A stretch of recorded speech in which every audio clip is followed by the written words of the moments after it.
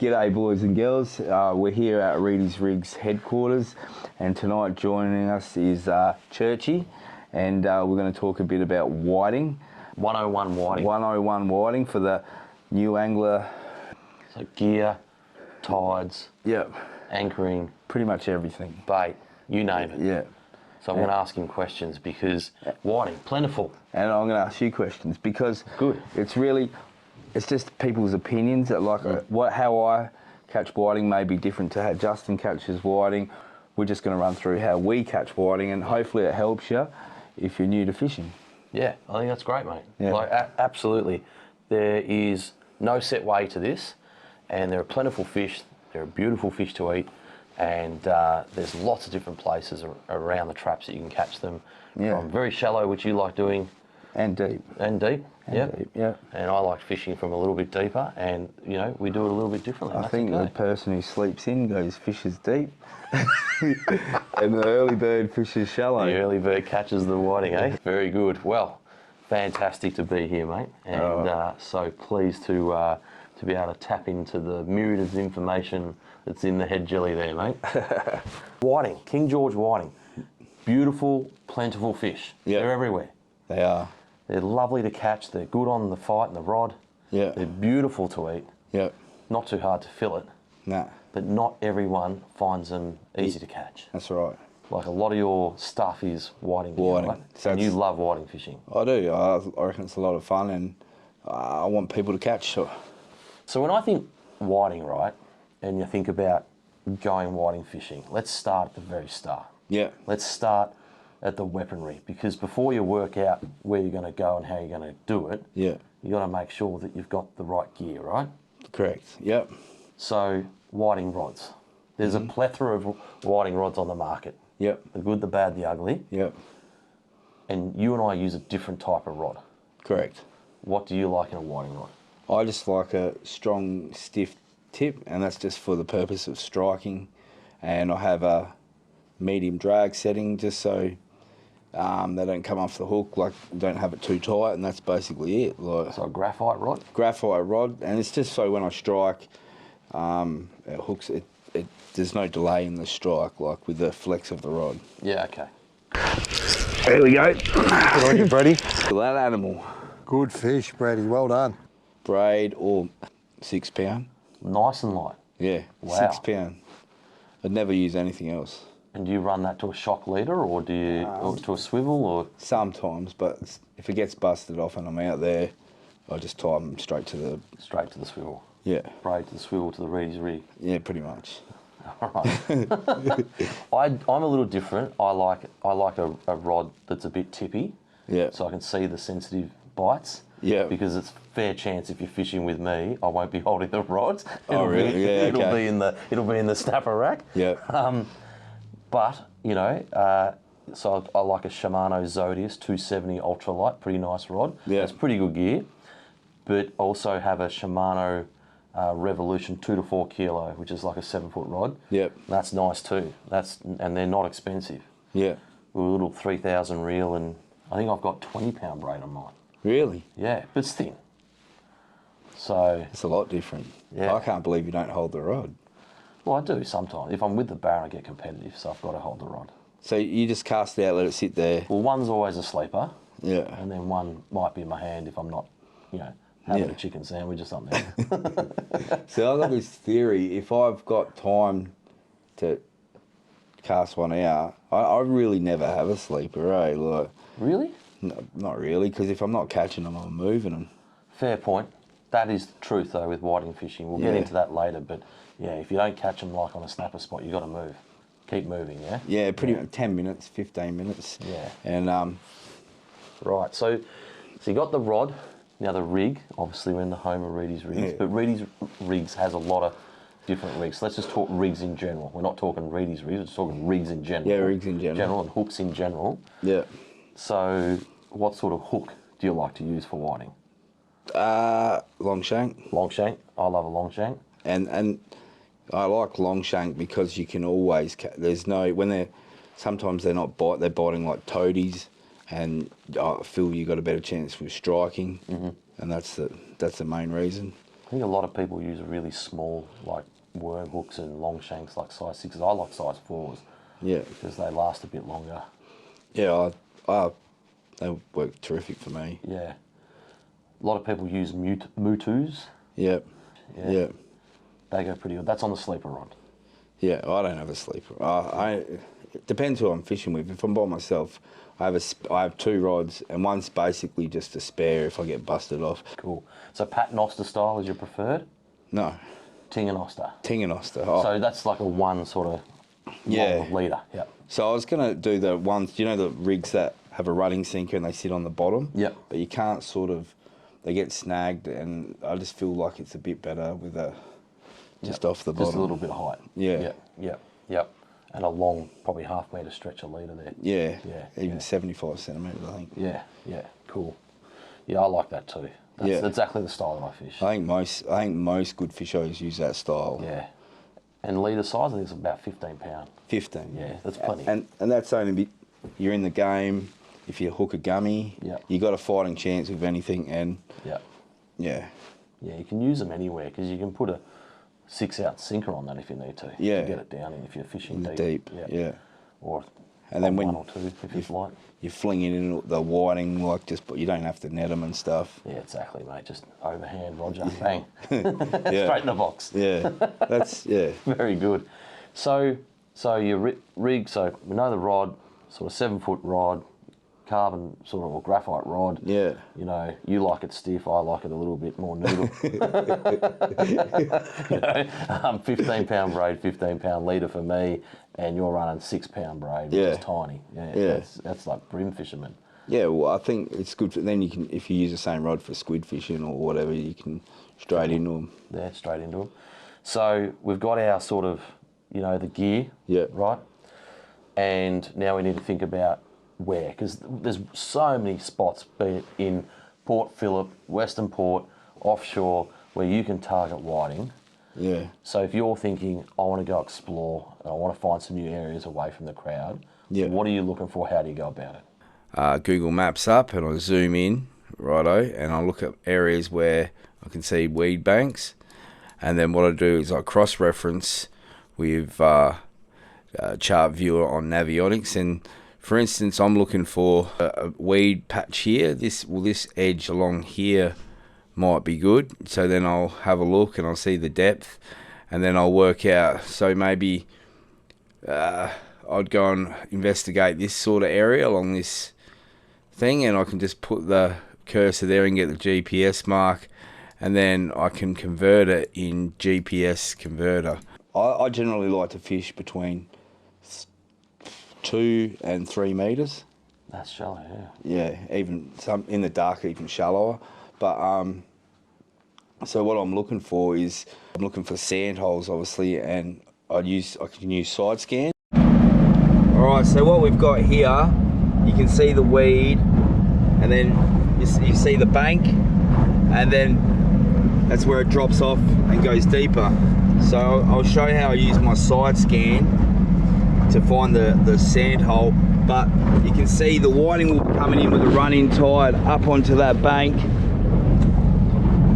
and there's a little sand hole just in the deeper water here, so it's probably a bit early to go up on the bank yet. We fished this spot before mid-tide, so we'll see how it goes.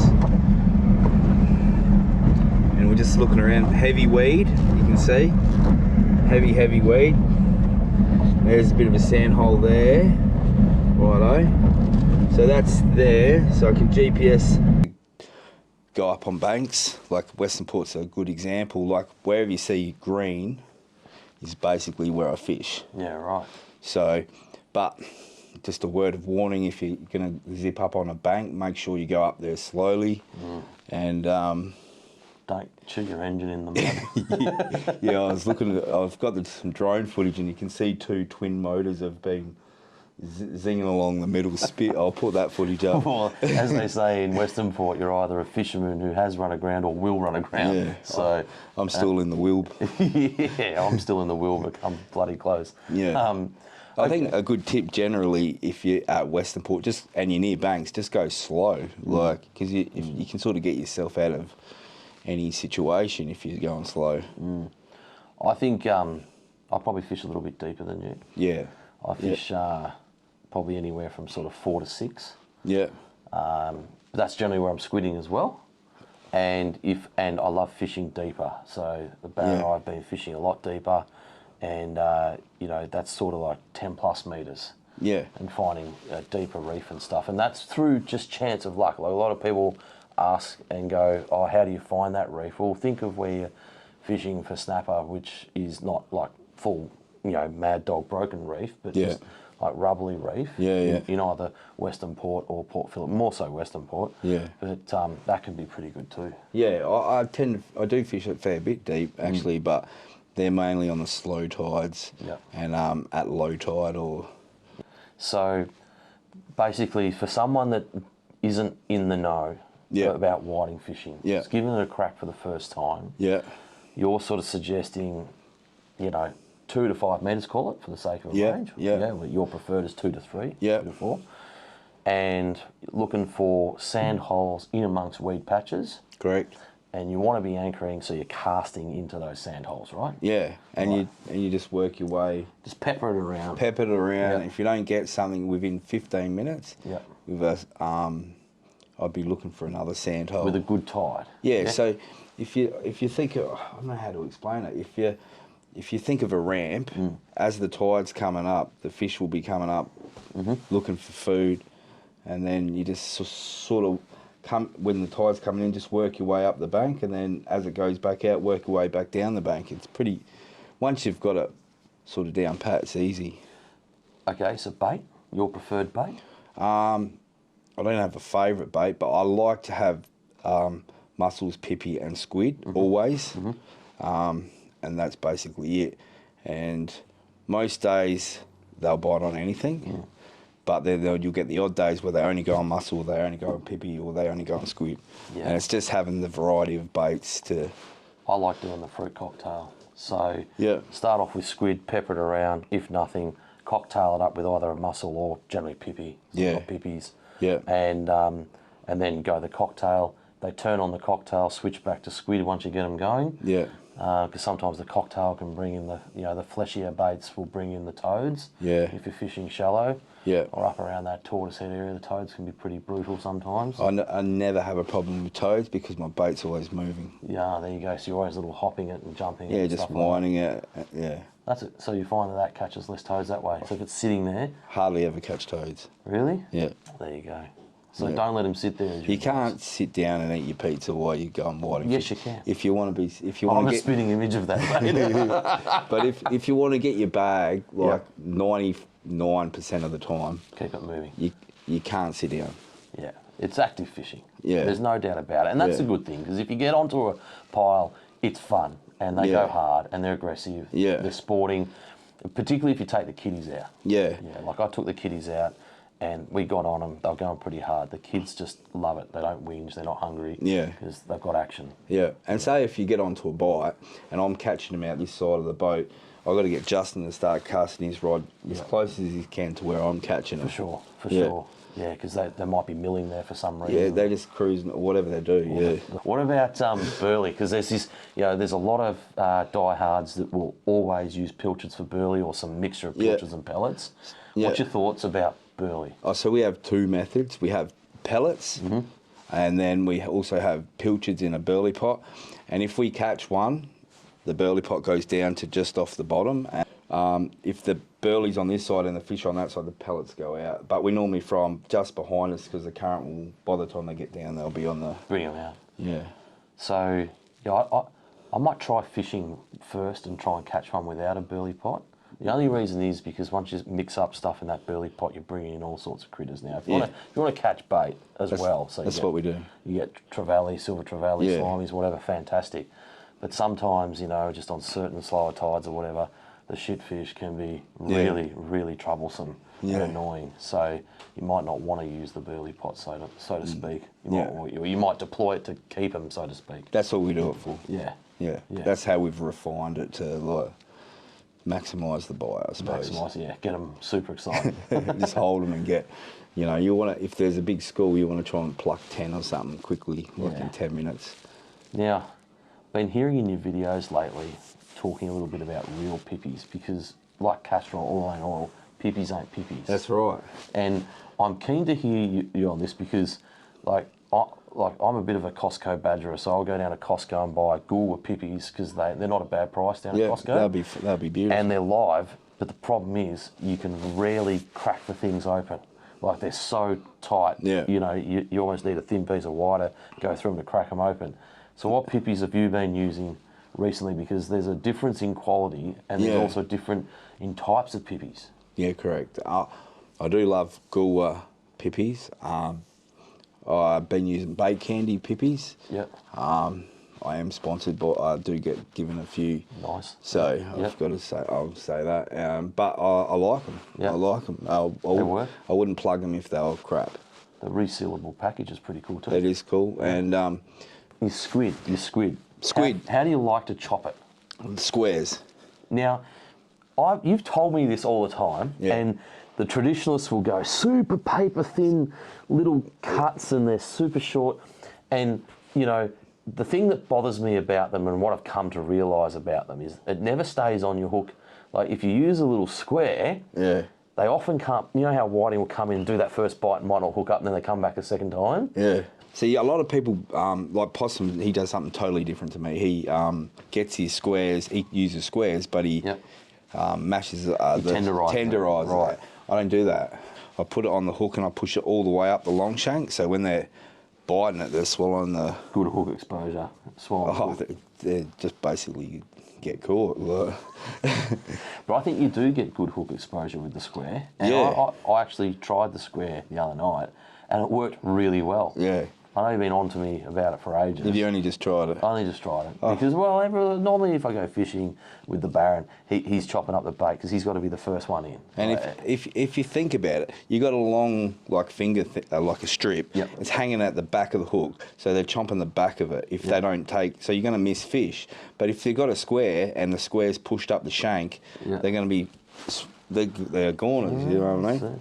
It's all mad science, mate. It's mad science. So squares, no worries. And we just freeze our squid, and then we'll cut it into squares and put it in a little container the night before if we're prepared, you know, and just put it out in the bait and it's ready to go. Yeah, I've never tenderised squid ever. Nah. I don't. You know, if they go hard enough, they go hard. And the other thing I find with when you tenderise squid, it goes all mushy. Yeah. And that mush can get on your hook, like point, and it stops your hookups. Like it happened to the Possum the other day. I was looking at his hook, and there was a bit of skin or something. Like just sinew sort of and stuff. It was stuck in the like barb. So you like the top of the tide and the first part of the run out tide? I also like if there's a low tide in the morning, I'll still fish, but I've got a different way of doing it. Then. What about time of day? So where?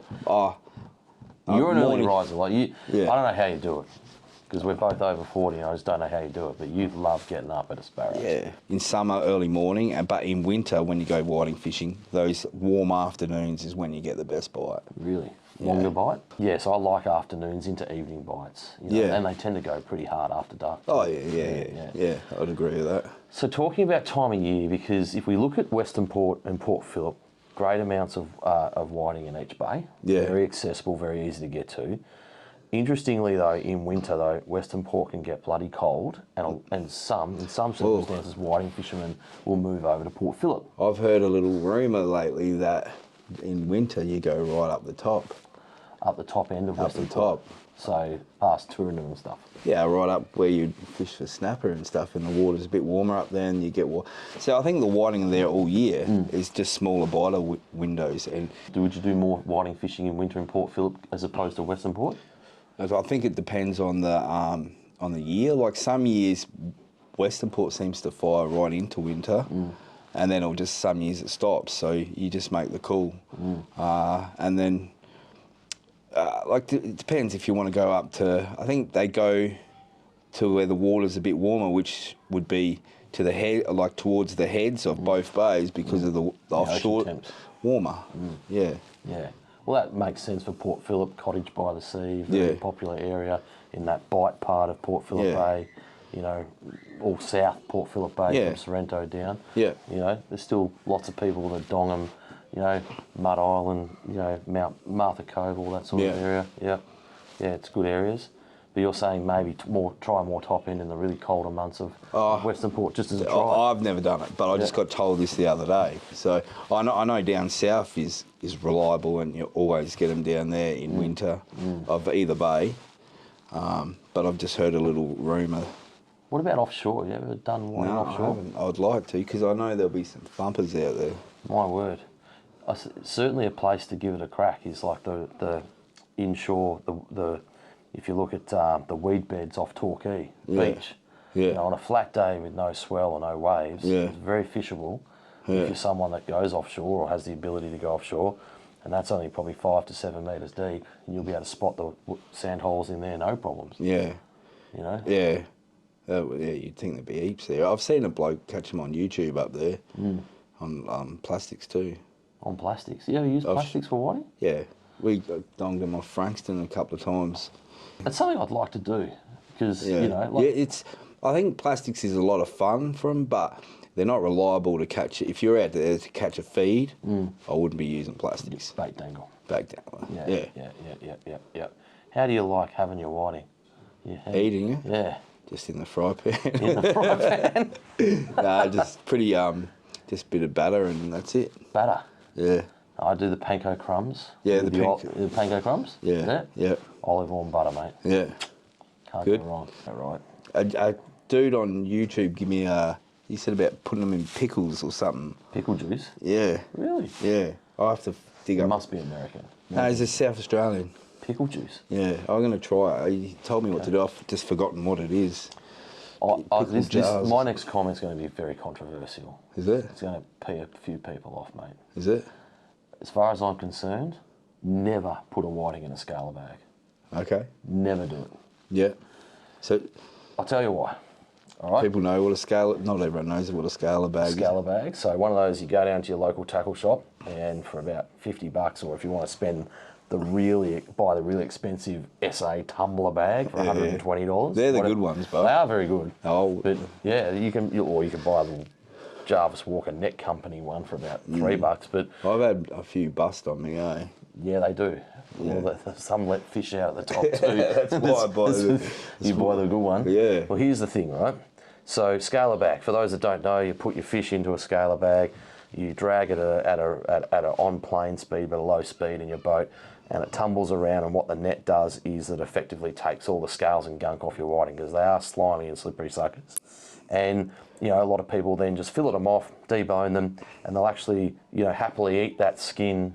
And do you eat that skin as well? No. That's how you have it? Yeah, See, no. that's the difference. Yeah, see, A lot of people like it, eh? a lot of people love it, and that's how they eat it. Yeah. And the Baron was like, that's how he used to give me whiting, and I was like, I refuse to eat whiting like that. Yeah. And there's two main reasons. One, to me, I'm overly sensitive to a fishy taste. And everyone says, whiting with skin, it doesn't have a fishy taste. Rubbish, it does, you know. Yeah. So I want a perfect fillet, no skin. Yeah. All right? It's just opinions. It's just opinions, absolutely. It's just the way I like it, right? Yeah. You know, we're not begrudging anyone who likes anything different, right? Yeah. But the other thing is, it's a sensitive white flesh fish. Yeah. And you are doing nothing but beating it to death in that bag, all right? And if you taste whiting that has been filleted, de-skinned and deboned and not been through a tumbler bag, versus, even if you want to remove the skin, which is actually harder to do after you put it through the tumbler bag, you know, for those in the know that the actual quality of the fish is far different. That's a good tip. So, as far as I'm concerned, sorry tackle shops, but chuck your tumbler bags in the bin. Use them for squid all you like. Squid's good, Yeah, use them for squid all you like. I think they're great for squid. Yeah. Because squid doesn't matter if it gets bashed. Yeah. Right? Yeah. And, you know, probably helps the bigger ones a little bit to tenderise. But, yeah, for me, whiting, keep them out of the scale bag. So, tides, all right. So, what is a big tide versus what is a slow tide for those that don't know? Okay, so I rate any tide over 2.7. Yep. So this is So there's current flow or depth change? I think actually this is a good question. So if you got a small tide but it's really low, there can be a lot of current. You just want a big arc on it, like a real, yeah. So you use like willy weather. Willy weather, windy, whatever. Get your tide. It's also important to understand a tide at your location. I generally use South Channel pile because I fish down south, Yeah. which is pretty good. Yeah. Or you could use, I don't know, the Fort or something like that if Yeah. you wanted to. But really, like down there, different spots only various, 10, 20 minutes from each other. Yeah. But if you're fishing around, let's say McAfee's Reef or, something like down south of Western Port, Yeah. and you're using a Hastings tide time, it doesn't work. Yeah, it doesn't work. Yeah. So, Yeah, you want to look to your area. That's right. And see where the measure's from. So pick your location. And that's the thing with Willy Weather. Like, when you look up wind at Hastings, you're getting the same reading as off Flinders as well, because it's measured at... That's why you need Fish Ranger, premium Fish Ranger subscription, mate. Yeah. So Chris Fully Love, who runs Rip Charts, has owned Fish Ranger for a little while now. Yep. And, really good bloke. They're going to be developing some more stuff on Fish Ranger. But if you pay the $30 a year, and a lot of people go, oh, I don't want to pay the $30, Fish Ranger is a good, full and complete. But the difference between Fish Ranger and other, free access apps is that they actually have, you can type into it, you can go to Lakes Entrance offshore, you can actually get the grid files, so basically the forecast for what's going on, out At the location. out at Bass Canyon. Yeah. So, if you want to go sorting, you can look at not what's happening at Lakes Entrance Bar, but actually what's happening 100 k's out to sea. Yeah. So that's the benefit of Fish Ranger over others. Yep. Yeah. What do you do when you get to a spot? So, do you need to anchor quietly or anything like that? No? Oh, yeah, you probably do. You probably Really? need to come in. I'll have all my baits ready. Yep. And I'll just cast around. Bang. So I'll put one straight out. Depends if there's one or two people, cast out. And Zach's the same as me. He'll cast out and I'll cast that way, and we'll just slowly wind it in. And just go right around the boat. Sometimes we even cast up in front of the boat and see if we can get a bite. And then once we exhaust no bites or nothing, we'll leave. And when you leave, so let's talk about moving. Yeah. It doesn't need to be far, does it? No, you can move 20 metres that way. It can be, if you've got a bite going on in an area, you're probably best off not going far. Yep. So say if I'm at a spot and I've just got 10 fish and it's gone quiet. So how long do you then wait to move? Depends how good the 10 minutes, 50 bite. minutes? If it's a really good bite, give it 10, 15, because you could be in an area where they transit through, and you'll get another school come through. But if you got 3 or 4 and it's gone quiet, I'd be out of there. Yeah. And maybe not too far. Like, I'd be thinking about where I am on the bank and what the tide's doing, and if it's running out, I'd probably be moving a little bit towards the run out, so going a bit deeper. Going a bit deeper. Or I generally like to stay in that 2 to 3 3.5, and because it's normally low light when I'm fishing as well. Do you ever put a squid, what are they, a rod out? Or a squid rod out, but you use a baited jig or whatever it is, or squid spike? Never do that at the same time? I'm too focused on getting the bag. One fish, one focus. Yeah, fair enough. Yeah, Zach does. Zach and they do, but I don't. If I'm fishing for whiting, I just got to concentrate so hard. It's like you're fishing with plastics, I swear. Yeah. Okay. So what's the big attraction to whiting for you? I know it's a job, but before it's a job, it was a passion, right? So it starts as fun, and now it's like. The more you fish from, the more you work out where to go when and how, and you can, if I'd have my strike rate at about 96%, get my bag every time, and there's no excuse. Like, if you don't get them, you haven't fished hard enough. And I normally allow full tide, 6 hours, and if I'm spending the 6 hours, I reckon it's been a hard day. Yeah. Most of the time, it takes about 3 hours. All right, so let's for the viewers, let's tap into some of this Reedy's information. You've been fishing for whiting in Victoria for a long time. Yeah, 13 years. And this is what people don't know, for 13 years, I've been fishing both bays flat out like I do now, and you just haven't known me.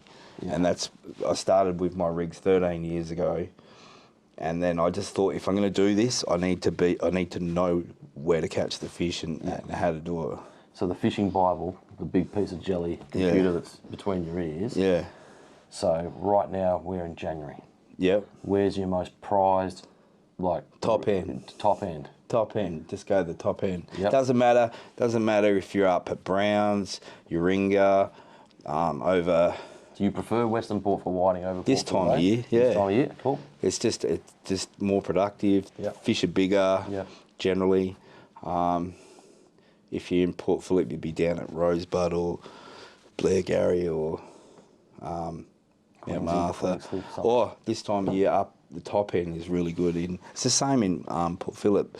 The top end, like in Melbourne, Really? is really good at this time Never of year. fished that far up. Werribee's really good in summer. Yeah, okay. One good tip. So if you're new to fishing and you want to know where to catch fish, join a fishing club. 100%. Yeah. Join Mitcham Angling Club. We've got people that come from Or Warneet. Warneet. I'm a member at Warneet. Oh, yeah? Yeah. There's another one that... I didn't join up. Possum joined me up. So you're not really a true member? No, I support the Warneet. The Warneet Fishing Club. Yeah, and I also like the Coronella one, which I'm going to join as well. The Mitcham Club, awesome club, and got a lot of great younger variety people there. And we've got yak, freshwater, saltwater game, a good variety of fishermen. Yeah. When I got my first boat, I joined Mitcham Anglers. Yeah. And then got to start fishing with a few guys. Yeah. And just by observation, my fishing improved immensely. Yeah, and that most people at the club will help you and stuff, and if you need to learn, Yeah, become friendly with them, show respect, but also ask a lot of questions. Yeah. Because a lot of people will talk to fishers and go, oh, they didn't really tell us much. Yeah, but what did you ask them? When you're going fishing at 6 o'clock the following morning, ask them, why are we fishing at this time? Yeah.